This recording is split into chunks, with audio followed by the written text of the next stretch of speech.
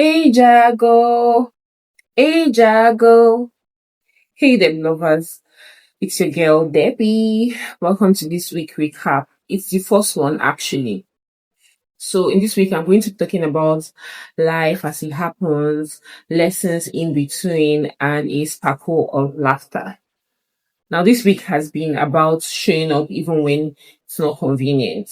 Like we already know here, I lost my mom last month and did her burial, and I'm just navigating life with grief or in grief. And it has not been the easiest, but I keep showing up every single day.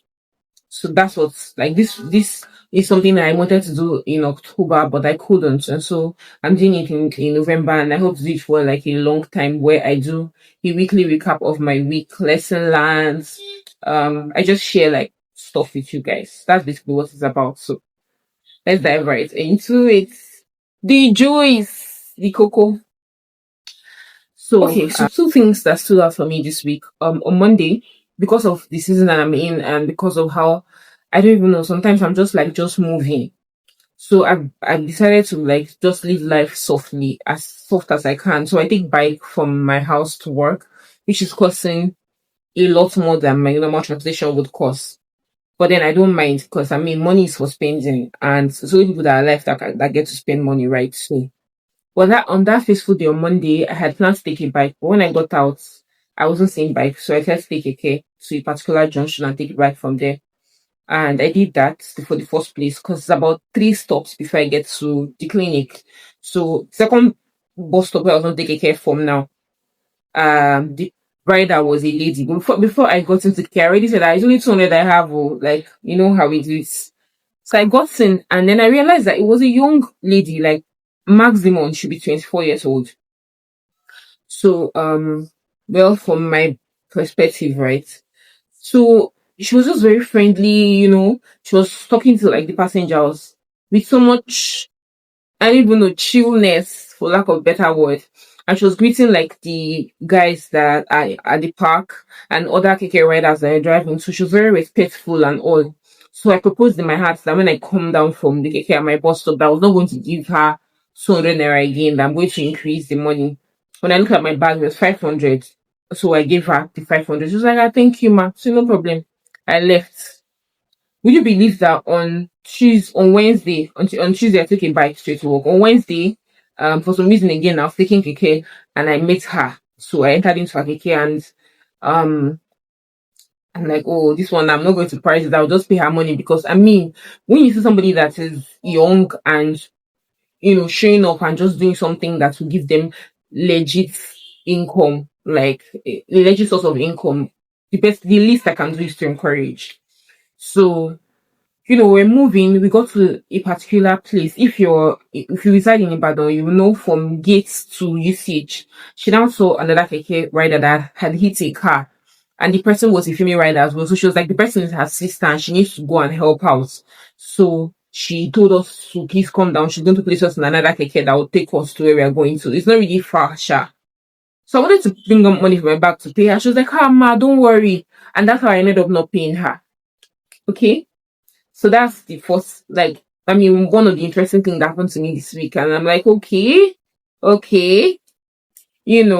mean, if I get to see her again and I have cash on me, I would, pay the kindness forward. But I mean, it was just really nice. I know I'm saying a lot about me, but that was the first one. Second one is, one of the days I had cried my bed myself to sleep and so many thoughts, so many memories. And in the morning, I woke up and I was still crying again. So my sister reached out to me to check up on me, and then I told her that, oh, like, I don't know how I feel. Like, I'm just really tired. I just feel like I'm just moving my life every day, just waking up and just showing up because I have to. But I'm tired on a level that I cannot even understand that myself, right? And she sent me a very sweet message telling me about how, I should remember that I gave my mom her flowers while she was here, and that she loved me, she loved us, and I loved that, and I showed it, and I should not forget that. I should not allow, all of those that are happening in my mind to drown me. I mean, I wish I could share like the message with you guys, but it was really sweet and so kind. I mean, it hasn't stopped me from crying. I'm still crying every day, but I mean, it was really encouraging, and I'm really grateful for that. Okay.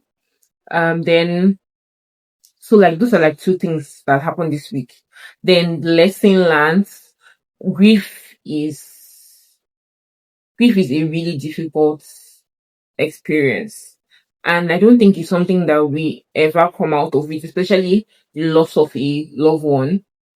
But we find a way to navigate life through it. And I know that this is just a new process for me because I mean, I just lost my mom last month, but that's one thing that I'm learning. Okay. Second thing is keep paying it forward. I mean, if somebody had been kind to you, be kind to another. Let's just keep the circle going. Okay. And one time to come back to you too. Then another thing is that life is freehold. So, I mean, you can't predict what tomorrow holds or what the next moment holds. So maximize the time that you have. Go out, have fun, be impactful, capture moments. I mean, one of the things I'm grateful for, many people say, oh, you're always taking your camera out and you're always videoing or something. In this season, I'm thankful for every time that I've taken a video of my mom or I've, sent her a voice note or like just disturbed her, made her talk or made her laugh. I'm really grateful because now I go back to those pictures and I look at them, even though I don't have so much because my previous phone had paused just a couple of days before she passed. So, I'm still trying to fix it. I'm still trying to work on it, but I think they're making headway with that. I don't mind whatever amount of money is going to cost. I'll fix that phone because I really need to look at the pictures and videos um that are captured on the phone. I mean, I've used that phone for a long time. I started using that phone since 2020. Yeah, I'm in 2025 right now. It's in 2025 very soon. So yeah, that's another one. Then I'm learning to just show up. To just show up every day and just be myself. I mean, I cried last night to this morning. My face, if you look at it, is but I'm still here. I've seen a couple of patients today that I've been able to help out and they are happy and you know it's just a privilege to be able to do that. And even though I'm passing through my own, I also try to be there for other people as much as I can. Okay.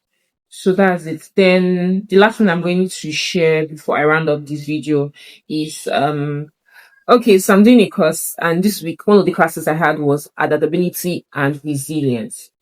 So there was a quote somewhere and I'm going to read it out to you guys. So in our lives, change is unavoidable. Loss is unavoidable. In the adaptability and ease with which we experience change lives our happiness and freedom. It was a quote by Gautama Bohart, and there's so many truths in it. You get, I mean, loss is something that would happen, pain is something that will happen, happiness is something that will also happen as well, but that it will come out of the way that we're able to handle all of our pain and our loss and our sorrows and joys and everything and the book. Okay, so thank you guys for watching my videos to this point.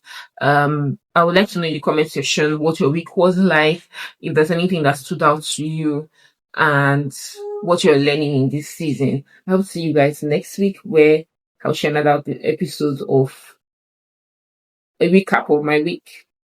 Okay, bye, Deblovers. Clack it. Okay, bye, guys. Shine bright up all night, we're never slowing